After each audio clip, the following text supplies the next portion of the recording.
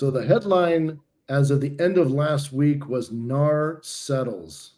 So today we're here with an IAD update on our perspective on the NAR settlement. And I am joined, my name is Chris Pflueger. I'm the managing director here at IAD Florida. And I'm joined by Hank Sorensen, our head of training and coaching and head of our network. And, Hank, you have an interesting perspective on this NAR settlement. And I've heard everything you can imagine. I waited a few days to put this video out because I really wanted to get a perspective from a bunch of different areas. And I wanted to kind of let the hysteria kind of die down and talk about it in a realistic fashion, because at the end of the day, we're professionals, right? So if you are a professional and you are in the industry, you want to be able to actually have some actionable items from this and be able to make decisions of what you do next and not listen to the hype. And so what I've heard so far, Hank, is real estate agents are finished, the industry are over, and I had to add again, because I've heard this before through many cycles. If you were here, and I know you were, through the Great Recession, you didn't realize everything's over. Like right? Hey, how about during COVID? You know what? I've had people telling me that we would never see values recover from real estate ever because of COVID. Unfortunately, they tripled in most markets, and they're still rising. So, Right. who knew, right? So, I would go the exact opposite of what you hear with the hysterical responses of most people, and the loudest ones are usually not the professionals in the industry. So, we are here to be the voice of sanity and reason, but more along the lines of reality. Like, what did we hear with the Sitzer case being settled with NAR? Well, I mean, the settlement, the terms have gone out and everybody's probably read them so far. Pretty simple terms, 418 million over 4 years ish. And we'll get into that in a little bit, but NAR they're not the federal government. They don't have a license to print money. So that money's got to come from somewhere, and it's not coming from NAR. Okay. I can guarantee you that it's not. They don't have an insurance policy to cover that. And we'll go into that in a little bit. But second thing we know, the co-broke field is going away from the MLSs. And we knew that when the initial verdict came out, you and I sat down with the agents at IAD and we said two things for sure are going to happen as a result of just the jury verdict. Number one, the co-broke field in the MLS has got to go away. And number two, you've got to start becoming extremely knowledgeable on the exclusive buyer broker agreement. And both of those things came to pass via the settlement agreement. So exactly what we thought was going to happen happened. So that's what we know happened. On a go-forward basis, the agents are going to have to contact the listing agents directly before each showing. They can't do it after the showing has done, because if they contact the listing agent after the showing, the listing agent is going to know that their client is interested in the property and will have leverage. Okay. And if you try to ask what the co-broke is after you indicate that your client's interested in the property, you can rest assured that there's not going to be that much co-broke offered. Okay. So the time for you to ask the listing agent via text, via phone call, is before the showing occurs as to A, is there a co-broke offered, and B, how much? And then you can make a decision from there if that property satisfies, your financial terms as a buyer's agent.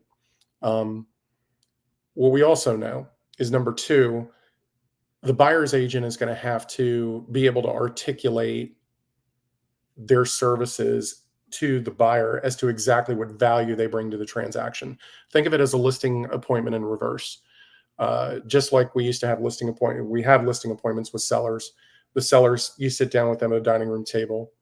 The sellers are going to say, look, what are you going to do to help me get my home sold for as much money as possible in as little time as possible with as few headaches as possible? And the buyers are going to do exactly the reverse. What are you going to do to help me get the house in as little time as possible with as little headache as possible for as little as possible? Okay. So, and if you don't have a strong value proposition that you bring to the table, like, for example, on the seller side, you've got the list price to sales price ratio. And a lot of agents that have very good list price to sales price ratios will advertise that. Why wouldn't you start doing that from the buyer side now as well? Okay. So it's little nuances like this that you're going to have to think about from the buyer's side agent perspective, because now you're going to have to bring something to the table to actually justify that buyer potentially paying you 3% when the seller is offering 0. Okay. Are you telling me that this actually may make us better professionals? It's shocking. It's And shocking that we may have to actually know what we're doing and provide value on the buyer side instead of just saying, "Don't worry about me helping you. The seller is going to pay my commission anyway." And the buyer goes, "Okay, let's go see properties." Okay, and that was the full extent of the pre-qualification. And that has happened in many states. So in 14 states prior to this, you had to have an exclusive buyer brokerage agreement in place. So I came from a Correct. state originally where this was a common practice. If you didn't do it, we thought you were crazy because you're going to show someone 63 homes and then they're going to tell you that their cousin's a real estate agent and they're going to go with their cousin. Why would you do this in the first place? But Right. I know here in the state of Florida, it was a common practice not to have that in place at the time and then just do the showings. Now it is a requirement as of July 1st, if I'm not mistaken. It'll be middle of July. The only guidance we've been given is the middle of July-ish, that time frame that NAR will come down with whatever their um, guidelines are. Expect, an article in the Code of Ethics and Arbitration Manual. There'll be a separate article on this. There'll probably be a few standards of practice as well. There may be some case interpretations that they'll put at the back of the manual because they may have done something like this before, or arbitrated cases like this before, since it's on a contract. The issue is this is such a sea change in how business is done. I'd be extremely surprised if outside of those 14 states where it's not only not already mandated, but there may be already an exclusive buyer broker agreement like Florida, that we're in right now. I'd be really surprised if these agreements don't get beefed up, just because they may see light of a day of a courtroom or something like that. And look, we're not active practicing attorneys. We're not going to pretend that we're going to tell them what's going to happen in the courtroom. No, That's for someone else to do. that Um, was my legal disclosure. I just got a call. So exactly. we are not attorneys, and also these are our opinions. Based on being 20 plus year professionals in the industry, and you being exclusively in the state of Florida, Right. working multiple brands and hundreds and hundreds of agents over a long period of time, uh, Right. can tell us this. This is an expert opinion. However, it's still an opinion. Like everything is not Right. completely solidified, but as a best practice, we're going to ask you some questions, and I'm going to say, what does this mean to? And you tell me what you think. How's that? So, what Fire does away. it mean to the seller? So, as I'm a seller right now, I'm thinking I'm not paying any more commissions. Sure. And the first thing I would say to you as a listing agent is, that's great. Do you want to disincentivize buyers agents from bringing buyers to the table? And if the answer to that is no, I would say great. Then we need to put a co-broke on the table, because nothing speaks louder to a buyer's agent than cash. So, which leads into the next logical question: is this court case was meant to address the steering issue, that alleged steering issue. And if you actually think that that's prevalent, one way not to solve it is to make the co-broke disappear so that nobody knows how much the buyer's agent is being paid, or by who, or when, or anything. So this is arguably reduced the transparency rather than increased it. So from a seller perspective, what does this mean to a seller? They can offer no compensation, but it's going to be very difficult to get a buyer's agent to pay attention to that property. They can offer a limited amount of compensation. Okay, that's great. Maybe the buyer's agent will show it. Maybe they can't show it. And look, if they've got a VA client who can't pay the commission per the VA rules, showing them that home, it isn't a steering issue, it's a financial issue, because the buyer can't pay their commission anyway. They're prohibited by current federal law from doing that. So, and 68% of the properties last year in the United States were sold with a mortgage attached to them, and 22% of that 68% had a VA loan attached to them. So we're not talking about a small number of mortgages here. So that's a huge number of buyers that may potentially go bye-bye for all of these properties that may offer no co-broke. Okay. So if I'm a seller, I got to think long and hard about whether or not I want to follow the New York Times headlines, that sellers don't have to pay anything more, that commissions are a thing of the past. They're just not.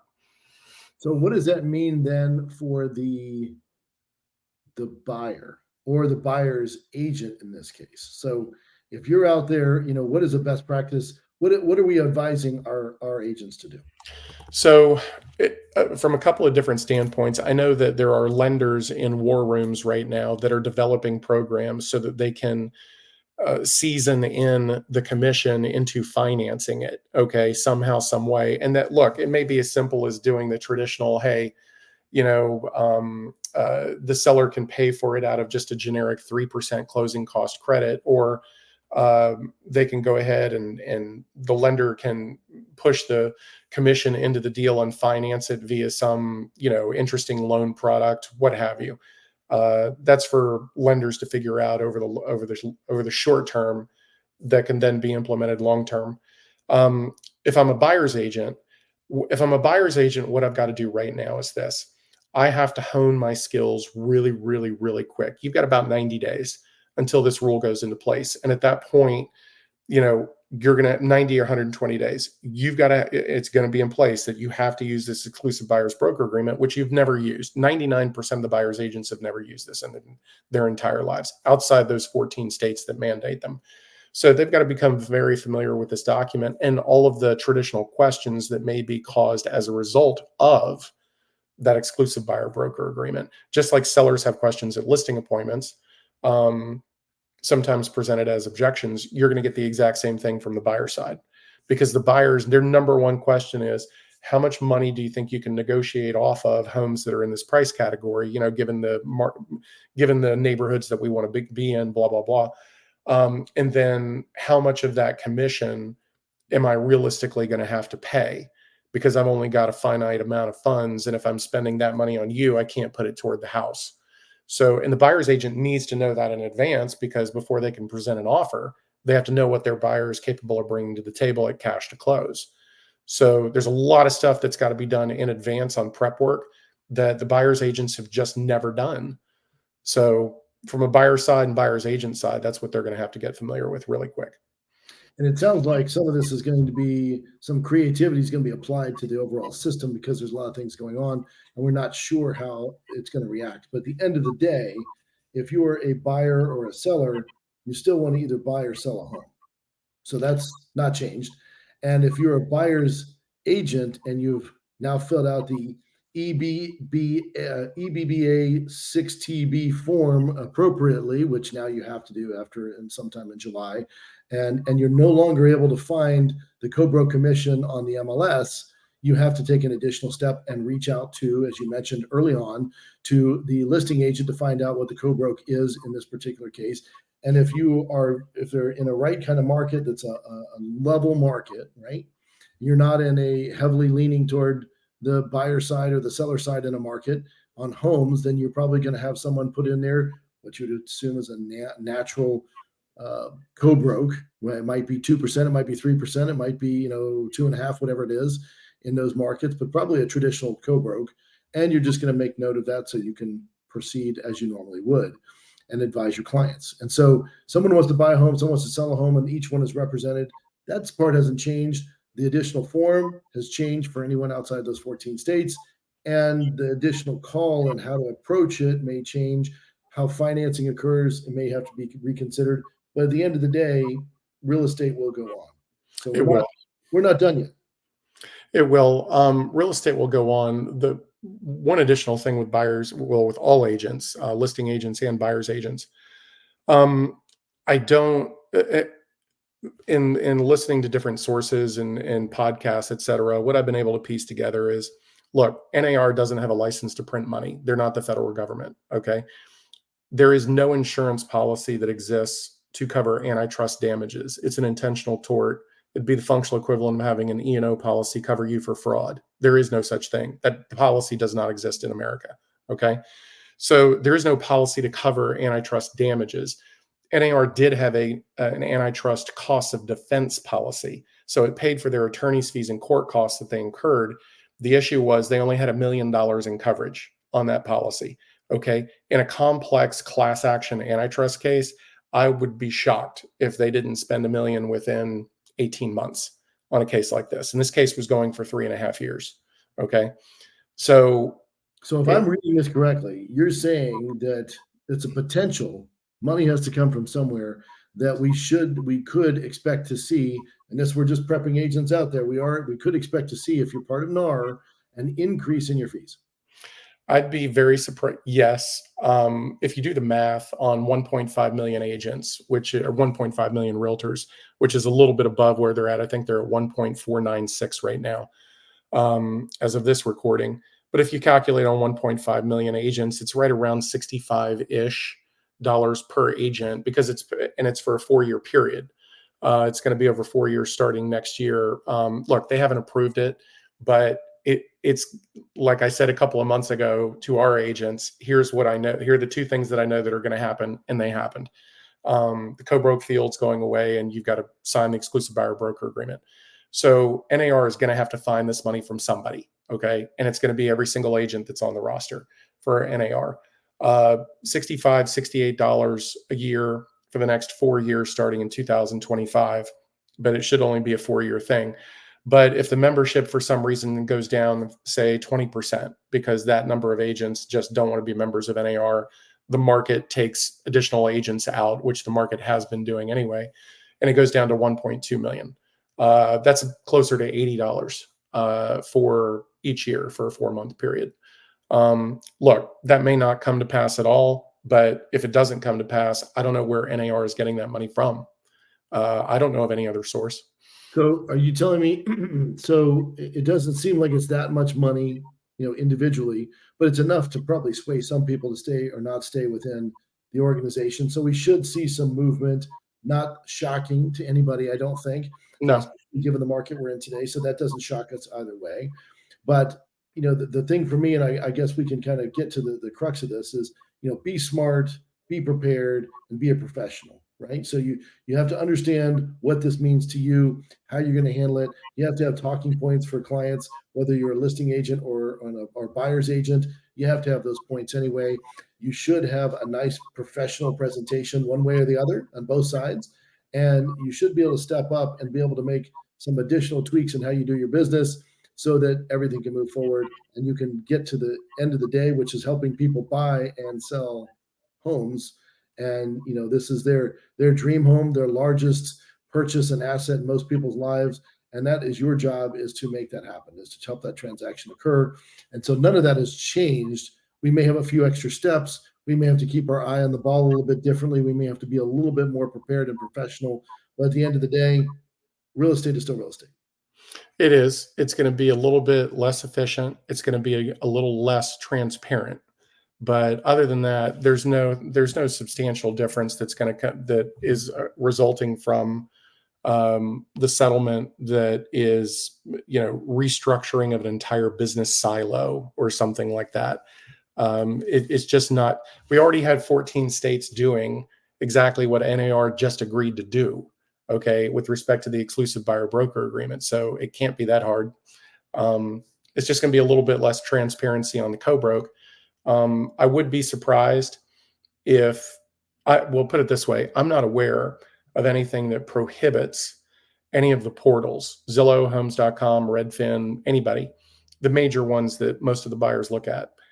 I'm not aware of anything that prohibits the portals from manually including a co-broke section on their websites so that the split second, and they're still going to get IDX feeds from the MLS. Nothing is changing on that. So Zillow and Realtor.com and Homes, they're still going to get IDX feeds from the MLS.